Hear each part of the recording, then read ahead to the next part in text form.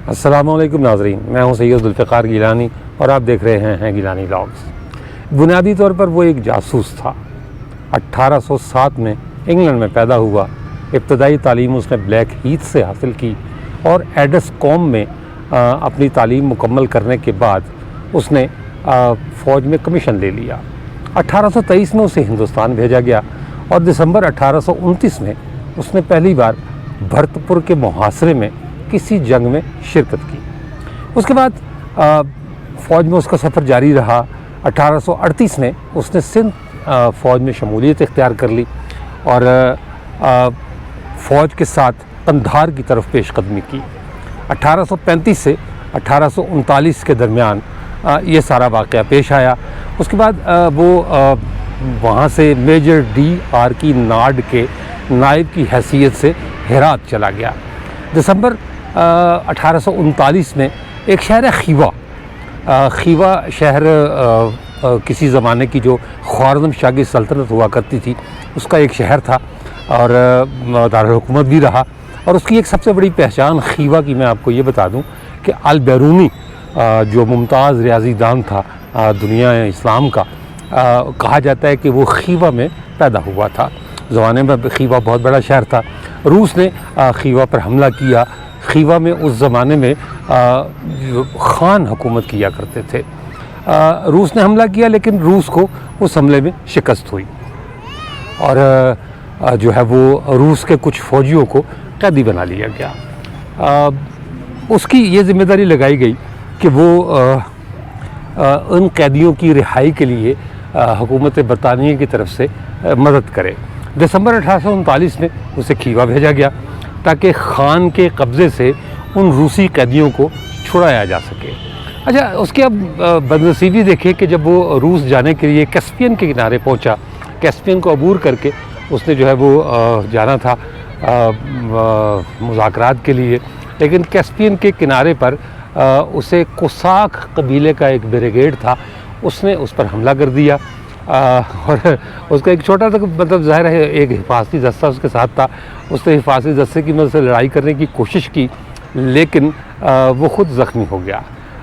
वो कोसाक कबीले के जो लोग थे वो उसे रूसी समझे और उन्होंने उसका मार कर उसका भुरकस निकाल दिया। बहुत बुरी तरह जो है वो उसकी पिटाई की गई और ये हुआ कि उसका सामान भी छीन लिया गया। जिस जंग का मैंने जिक्र किया कि छोटी सी लड़ाई हुई उसमें उसकी बाएं हाथ की निसफ उंगली और दाएं हाथ की एक उंगली बहुत बुरी तरह ज़ख्मी हुई। लेकिन बावजूद मतलब बरतानिया की कोशिशों के या रूस की कोशिशों के उसको रिहाई नहीं मिल सकी। बिल आखिर उसे रिश्वत देकर रिहा कराया गया या तावान देकर रिहा कराया गया और उसके बाद जो है उसे मास्को ले जाया गया, सेंट पीटर्सबर्ग ले जाया गया। लेकिन इससे पहले उसे रूसी किले में ले जाकर उसकी वो मुतासरा उंगली यानी जो बाएं हाथ की निसफ उंगली थी वो सिरे से काट दी गई। मास्को और सेंट पीटर्सबर्ग में उसने जो है वो कैदियों की रिहाई के लिए मुज़ाकरात किए और कामयाब हो गया। मतलब ये कि वो कैदी रिहा कर दी गई। 1840 में ज़ख्मों की वजह से उसे फ़ौज से डिस्चार्ज कर दिया गया और उसे पेंशन दे दी गई और ये कहा गया कि तुम वापस इंग्लैंड चले जाओ। चला तो वो गया लेकिन वो कहते हैं कि हिंदुस्तान उस ज़माने में जो है वो कोई ऐसी सल्तनत हुआ करती थी, ऐसा इसमें ऐसी कशिश थी इसमें कि 1841 में वो वापस हिंदुस्तान आ गया और मरवाड़ा और इंदौर इन दो जगहों पर ख़िदमत अंजाम देने के बाद 1846 में उसे लाहौर रेजिडेंसी के साथ मुंसलिक कर दिया गया। अच्छा, रेजिडेंसी का काम ये होता था कि उस वक्त वैसे तो रंजीत सिंह की जो औलाद थी, रंजीत सिंह तो 1839 में मर गया था लेकिन उसकी औलाद जो है वो उस वक्त पंजाब पर हुकूमत किया करती थी। लेकिन अंग्रेज़ इतने ताकतवर हो चुके थे कि उन्होंने सिखों के साथ जो है वो एक मुआहदा कर लिया था कि हम तुम्हें कुछ नहीं कहेंगे, यानी ये मुआहदा अमृतसर ट्रीटी कहलाता है। मैं पहले भी अपने पास ब्लॉग्स में इसका जिक्र कर चुका हूँ। इस मुआहदे की रूह से ये तय पाया था कि तुम अमृतसर से आगे मत आना और हम जो है वो अमृतसर से मतलब लाहौर की तरफ मार्च नहीं करेंगे अंग्रेज़। और ये जो KP का इलाका है उस ज़माने में अफ़गानिया सूबा हुआ करता था कि तुम अफ़गानिया में या पंजाब में जितनी फतूहात कर सकते हो, ये सिखों को कहा गया था। और अंग्रेज़ जो है वो उनकी जो हदूद थी आखिरी वो अमृतसर हुआ करती थी। बहरहाल लेकिन उन्होंने सिखों पर अपनी धाक जमाने के लिए 1846 में इसी जासूस को लाहौर रेजिडेंसी के साथ मुंसलिक कर दिया। हज़ारा जो है वो उस वक्त तख्त लाहौर के जो है वो पास होता था, मतलब इसकी अमलदारी में शामिल था। लिहाजा इसे कहा गया जासूस साहब को कि तुम जो है वो पंजाब और कश्मीर की हदबंदी के लिए चले जाओ। ये इलाका जो है वो कश्मीर और पंजाब की सरहद पर ही वाक़ था, लिहाजा वो इस पर सरहद पर आ गया 1846 में। और मई 1847 तक वो हज़ारा की जो सरहद थी वहीं काम करता रहा। बिलाखिर 1848 में वो एक जासूस की हैसियत से हज़ारा में दाखिल हुआ। गज़टियर ऑफ हज़ारा के जो मुसन्निफ़ हैं उन्होंने मतलब बहुत खुल खुला के उसे जासूस नहीं लिखा, लेकिन इशारतन ये ज़रूर लिखा है कि उसका काम यही था। बहरहाल उससे पहले हज़ारा के इलाके में ये काम जॉन निकल्सन के ज़िम्मे था। जॉन निकल्सन वही शख्स है जिसकी एक यादगार, जब आप रावलपिंडी से जीटी रोड पर चलते हुए टेक्सला की तरफ आते हैं तो जो दर्रा है मारगला जिसे कहा जाता है, या तरनौल का दर्रा या मारगला का दर्रा, तो पिंडी से आए तो उल्टे हाथ को एक मीनार नज़र आता है। मैं उसका व्लॉग भी कर चुका हूँ। जॉन निकल्सन ऑब्लेसिक उसको कहा जाता है। मैं उसी जॉन निकल्सन की बात कर रहा हूँ। वो जॉन निकल्सन जो है वो यही काम किया करता था। ये हज़ारा में अंग्रेज़ों का जासूस था। जंगलों और देहातों में बूढ़े बुज़ुर्ग के रूप में फिरा करता था, कभी फ़कीर बन जाता था और यहाँ की सारी जो ख़बरें हैं वो अपने अंग्रेज़ आकाओं को, आका मैं क्यों कहूँ, बल्कि अपने जो उसके हमवतन थे अंग्रेज़, उन्हें वो पहुँचाया करता था। अच्छा, लेकिन बड़ी मज़े की बात यह है कि पंजाब में जॉन निकल्सन को शेर पंजाब कहा जाता था। और ये भी मैं आपको बता चुका हूँ अपने उसी व्लॉग में जो जॉन निकल्सन का मैंने किया था, अपना निकल्सन ऑब्लेसिक का, कि हज़ारा में तो उसने बुज़ुर्गी के वो जौहर दिखाए कि लोग उसकी पूजा किया करते थे। और एक वक्त ऐसा आया कि हज़ारा में एक फ़िरका वजूद में आ गया, निकल्सनी फ़िरका, जो उसे गुरु माना करता था और उसका उसकी पूजा किया करता था। अच्छा, था वो बड़े करख्त चेहरे वाला इंसान, लंबी और नोकदार दाढ़ी हुआ करती थी उसकी, लेकिन फिर जो है जब उसने वो बुज़ुर्गी का लिबादा उतारा तो पता चला कि वो तो एक नौजवान शख्स है। और फिर अंग्रेज़ों ने उसकी खिदमात के तौर पर, यानी जॉन निकल्सन की खिदमात के तौर पर उसे पहले बन्नू का डिप्टी कमिश्नर बनाया और फिर पेशावर का डीसी बनाया। और उसके बाद फिर वो जंग आज़ादी में मारा गया, यानी 1857 की जंग आज़ादी जो हुई उसमें जो है वो दुश्मन की गोली का शिकार हुआ और फिर वो दिल्ली में ही उसे दफन किया गया। ये तो खैर जॉन निकल्सन की कहानी थी। मैं उस जासूस की बात कर रहा था जो उसके जानशीन के तौर पर यहाँ आया था। अच्छा, उसने भी मतलब सिख दौर में वही सब कुछ किया जो जॉन निकल्सन किया करता था। कभी वो बुज़ुर्ग बन जाता था, कभी मस्ताना बन जाता था, कभी वो मजहूल और पागल शख्स बन जाता था। और एक वक्त ऐसा भी आया कि उसने कहा जाता है कि इस इलाके की बाज़ मसाजिद में इमाम की हैसियत और ख़तीब की हैसियत से भी खिदमत अंजाम दी। अच्छा, मज़े की बात यह कि चूँकि ज़बान तो उसकी अंग्रेज़ी थी, लेकिन वो हिंद को पंजाबी, उर्दू, हिंदी, पश्तो बड़ी रवानी से बोला करता था। अफ़गानियों का लिबास पहनता था, यानी बड़ी सी पगड़ी जो है वो सर पर, और खुला जो है वो मतलब यूँ कह ले कुर्ता शलवार। तो कहते हैं बच्चों में बच्चा बन जाता था, बड़ों में बड़ा बन जाता था। वो जो लंबा सा उसका चुगा होता था उसमें उसने उसकी जेब में मिठाइयाँ डाली होती थी, या उस ज़माने की जो टॉफ़ियाँ हुआ करती थी वो डाली होती थी। और जब वो किसी गांव में जाया करता था तो बच्चों को बुला के उनमें वो टॉफ़ियाँ तकसीम किया करता था। और मज़े की बात है कि 1848 में वो हज़ारा आया और 1849 में 1 साल के अंदर अंदर उसने वो काम कर दिखाया जो सिख 50 साल में नहीं कर सके। कहते हैं ये इलाका सिखों के लिए हमेशा से दर्द सर रहा। हरी सिंह नलवा ने हरीपुर तो फतह कर लिया और जो है वो हज़ारा का कुछ इलाका भी उसने ले लिया। अम्ब की रियासत हुआ करती थी दरबंद के इलाके में, उस पर भी उसने कब्ज़ा कर लिया। लेकिन सिख जो है वो कभी भी इस इलाके पर अपना इक़्तिदार या तसल्लुत या एक जिसे कहते हैं ना अमलदारी, वो नहीं कर सके। लेकिन उसने एक साल में ऐसा काम कर दिया जिसे सिख 50 साल में अंजाम नहीं दे सके। वो लोगों को सिखों से ग़ुलामी की निजात के तरीक़े बताया करता था। और लोग इतने मासूम थे हज़ारा के कि उन्हें ये नहीं पता था कि ये हमें सिखों की जो है वो ग़ुलामी उससे तो आज़ाद करवा रहा है, लेकिन इसके बाद जो कुछ हमारे साथ होना है वो उससे ज़्यादा बदतर होना है। और बिलाखिर वही हुआ कि 1849 में सिख यहाँ से चले गए और अंग्रेज़ जो है वो यहाँ पर काबिज़ हो गए। अंग्रेज़ों ने जो है वो इस पर कब्ज़ा कर लिया और 1849 में उसी शख्स ने जो इसी जंगल में फ़कीरों के रूप में फिरा करता था, फ़कीर बनकर जो है वो लोगों को धोखा दिया करता था, बच्चों में मिठाइयाँ बांटा करता था और एक कुटिया बना के उसमें रहा करता था। उसी फ़कीर ने उसी जंगल में एक बस्ती की बुनियाद डाली जिसे हम आज एबटाबाद के नाम से जानते हैं। मैं इस वक्त एबटाबाद शहर में मौजूद हूँ। ये जो मेरे इर्द गिर्द का इलाका है इसे कहते हैं लेडीज़ गार्डन पार्क। और कहा जाता है कि ये लेडीज़ गार्डन पार्क अंग्रेज़ों ने उस वक्त बनाया था जब वो यहाँ काबिज़ हुए। अच्छा, उस ज़माने में हज़ारा का सदर मकाम एबटाबाद नहीं हुआ करता था, क्योंकि एबटाबाद की बुनियाद तो उसी जासूस ने रखी जिसका नाम था जेम्स एबट, और उसी के नाम पर फिर ये बस्ती आबाद हुई एबटाबाद।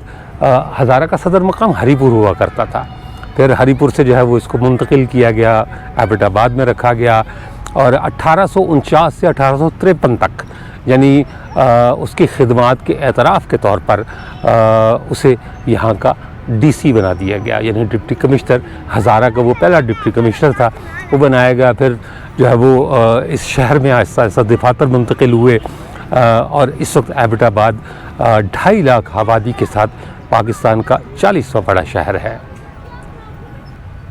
कहते हैं मेजर जेम्स एबट को एबटाबाद से बहुत प्यार था। 1853 में उसे यहाँ से वापस इंग्लैंड भेज दिया गया और 1896 तक वो ज़िंदा रहा और उसकी मौत इंग्लैंड में हुई। लेकिन जब वो एबटाबाद से गया तो इतना रंजीदा था, इतना जो है वो मग़मूम था कि उसने एबटाबाद की शान में एक नज़म लिखी। ये नज़म वैसे तो टाउन हॉल में भी आवेज़ा है, लेकिन ये लेडीज़ गार्डन जिसमें कभी जो है वो मुसलमानों का या मुकामी अफराद का दाखिला ममनू था, उसमें बाकायदा एक मार्बल की प्लेट पर ये नज़म लिख कर जो है वो लगाई गई है। ये बहुत मशहूर नज़म है, आपको कहीं से भी मिल सकती है। इसका एक उर्दू तर्जुमा भी जो है वो किया गया है, मंजूम उर्दू तर्जुमा। आइए वो भी आपको दिखाते हैं और देखते हैं कि मेजर एबट ने उस शहर की शान में या उसे छोड़ते हुए आपने किन जज्बात का इजहार किया, जिस शहर को उसने अपने हाथों आबाद किया।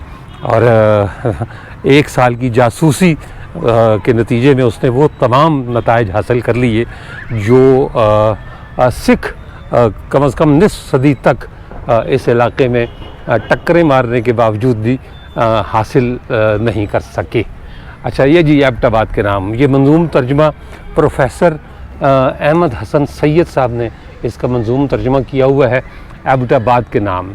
वो भी दिन याद है मुझको कि यहाँ आकर हमदम एबटाबाद की खुशबू में वसी नरम हवाओं में फ़िज़ाओं में पहली बार सांस लिया था मैंने। बर्फ़पोश दरख्त और ज़मीन दावत नज़ारा बनी,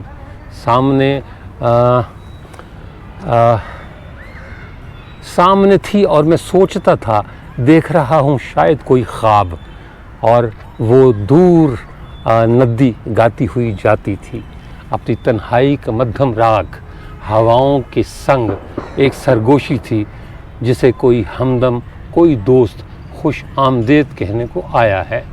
मुझे झूमते झामते पाइन के दरख्तों में कहीं प्यारी दुलारी कूकू साज हवाओं से मिलाकर आवाज़ एक नगमाए खुशकुन दिलशाद सुनाती थी मुझे।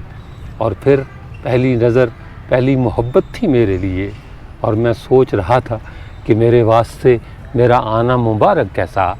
और फिर 8 साल बड़ी खामोशी से चुपचाप बड़े आराम से राहत से गुजारे मैंने, और आज के इस रोशन दिन मुझे जाना है। ए एबटाबाद, मुझे जाना है, तेरी रानाइयों को मेरा सलाम। अब कभी तेरी हवाओं की कोई सरगोशी नहीं लाएगी कोई पैगाम। मेरे ये चंद आंसू मोतियों का एक तोहफ़ा है।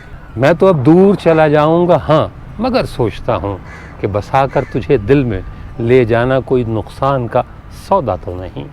Major James Abbott. ये जो लेडीज़ गार्डन जहाँ मैं खड़ा हूँ, ये अंग्रेज़ों ने अपनी जो ख़वातीन थी, अंग्रेज़ ख़वातीन, उनके लिए बनवाया था। और कहते हैं कि इसके गेट पर किसी ज़माने में लिखा होता था कि dogs and locals are not allowed, यानी कुत्ते और मकामी अफराद का दाखिला इस बाग में ममनू था। बात हो रही थी जेम्स एबट की।